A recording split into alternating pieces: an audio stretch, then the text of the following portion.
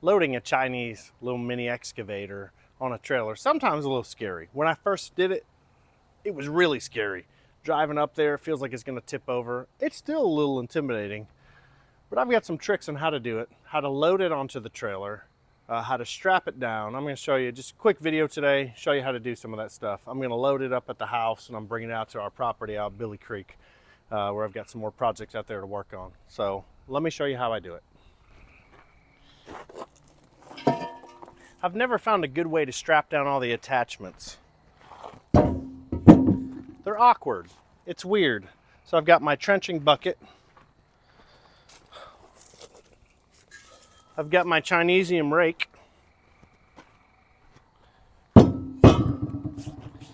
And I've got my 30-inch grading bucket here.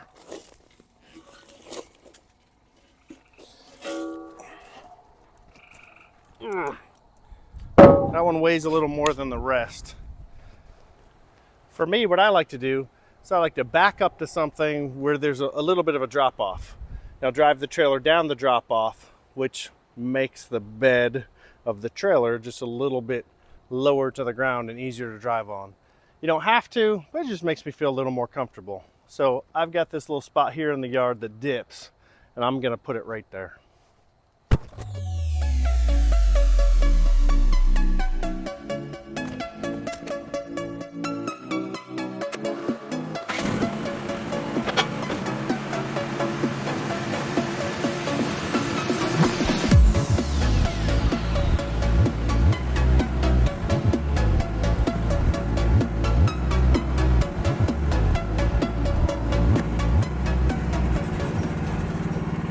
So you drive up to your trailer, you put your bucket down, lift it up, drive forward,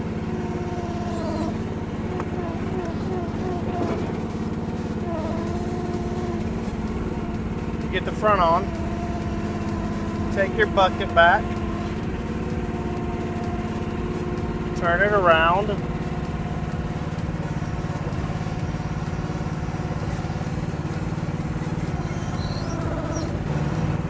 put it behind you, put it on the ground, lift yourself up, and then you just drive onto the trailer. Once you're on, take your bucket, move it back around,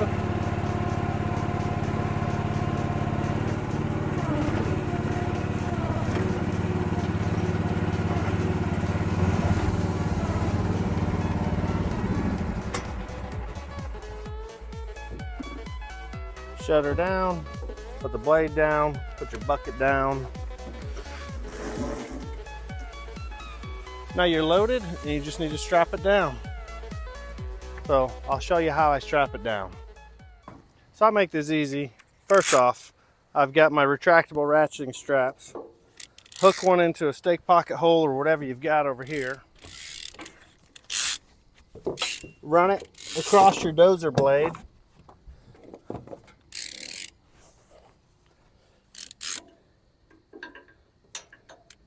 Run it to another stake pocket hole over here.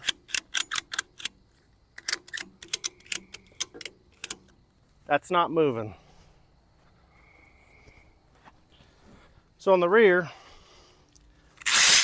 take your strap. By the way, real quick, if you can get these ratcheting retractable straps, these are awesome. Just sucks right back in, pull it out as long as you want it. Press the button. Yeah, awesome. Anyway, so here I run it through. There's a spot underneath you can hook it through and then tie it down on the other side. Let me show you. So I cut a part out of the video where I was going to show you how I strap it down here. Don't do what I did. Let me show you what not to do. When I bought it, I was told to take your strap and run it up underneath here. Well, as I drove about 3.5 hours today, the strap broke. So it either needs some sort of cushion, some sort of soft tie to go over it, or maybe 2 straps and a hook. That's probably the better way to go. One strap on each end is not a good idea because of what if one of them breaks? you still have a backup. I didn't have a backup. Mind you, it didn't break till I got here. Luckily, when I pulled in, it wasn't broken. I started to touch it and it just snapped. So I got lucky today. So what I was shown to do is you take your strap and just run it over top of that. And then you pull it on both sides and there you go. But what I think would be better to do is get a bigger strap than this, or you could even do this and just tie on like that on both sides. You know, so you have one there and you have one over here, or you can even come in this way. But this is a really thick steel plate. So yeah, but lessons learned on moving the machine. Another lesson learned is fuel. So when you transport your mini excavator with these Chinese mini excavators with this Briggs and Stratton, you're supposed to hit the fuel shutoff on the motor. You reach down in here, back down in here, there's a fuel shutoff. I'll show you in a little bit. I forgot today, so I didn't shut it off. I can't start my machine. The reason is, if you leave the fuel on, as it bounces around on the trailer, it'll flood your cylinder. So kind of like hydro locked. So I try to start it.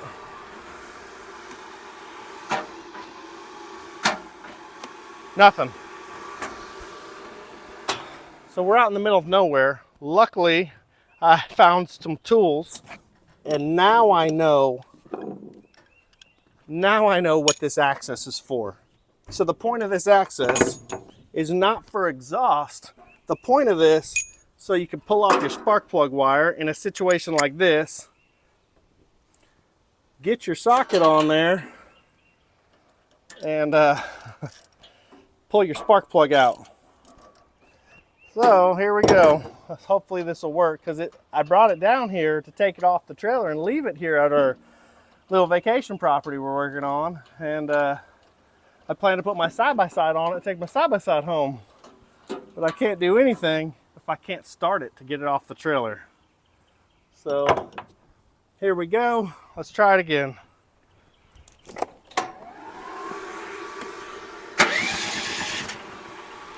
Woo! That's a lot of fuel.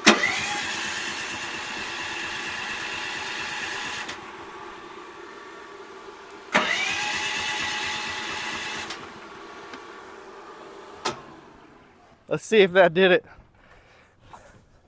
I'm out in the middle of nowhere, don't have a good way to clean off my spark plug, so we're gonna try it like this.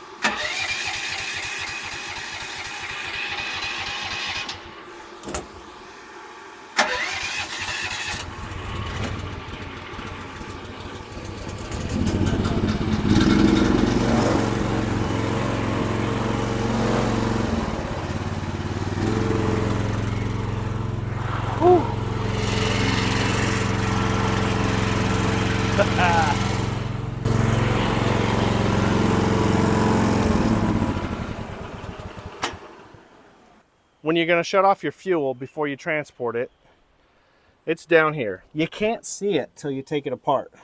But you reach down in here and you can feel a little lever. And when you feel that lever, you just flip that lever over and that's your fuel cutoff. So I don't even think I can show you guys. But back in here, yeah, I don't think you can see it. There's a fuel cutoff down in there. Promise you it's there. So shut that fuel off before you transport it, and then when you get to where you're going, turn it back on, and you don't have to pull your spark plug and purge all the fuel out of your cylinder. Now here's something I did, and I messed up on this. Another thing. So in my fixing the 5 things I hate about my mini excavator video, I fixed my seat. I put proper bolts in, lock washers, everything. I guess I didn't get it tight enough, because on the way down here, I noticed a couple bolts sitting here. I'm like, what are those bolts? I couldn't figure out what they went to. So I tried to open up the seat. Seat bolts fell out. Really? So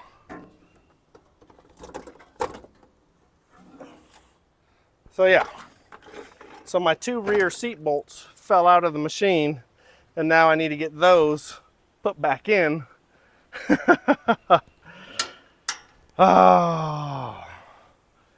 If you're gonna get one of these, be prepared to work on it some. Not that big a deal. So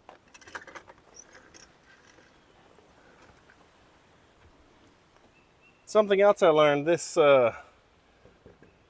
kind of asphalt heat shield sound deadening sort of deal.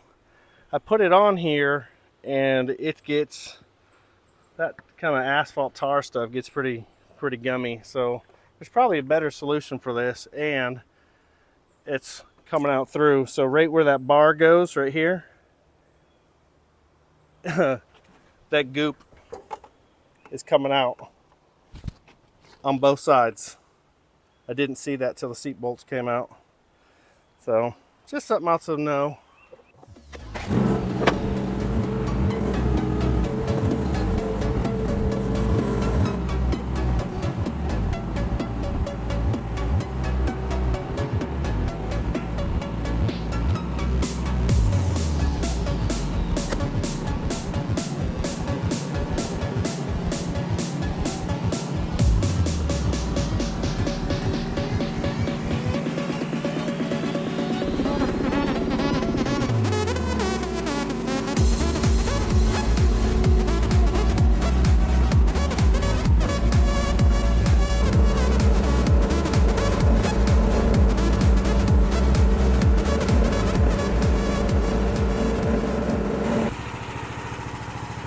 Machine is a tight fit in the garage.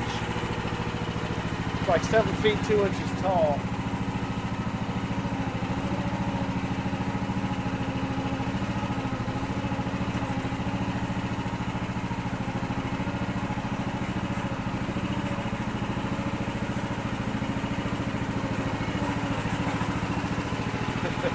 It's just perfect. Crazy, huh?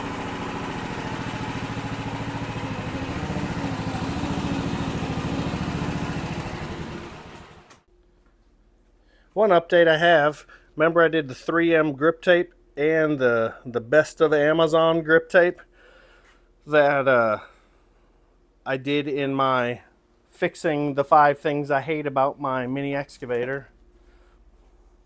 This 3M grip tape, it is peeling up a little bit where I jump on, so I think any of it will do it.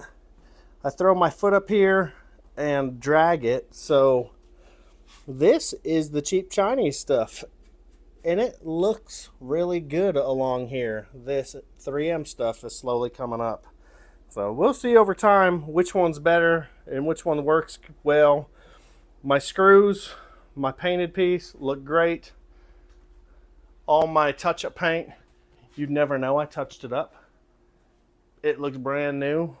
So yeah, the fixes seem to be working. Remember I painted that whole counterweight and I painted the back panel? You'd never know it. Yeah, perfect match. So,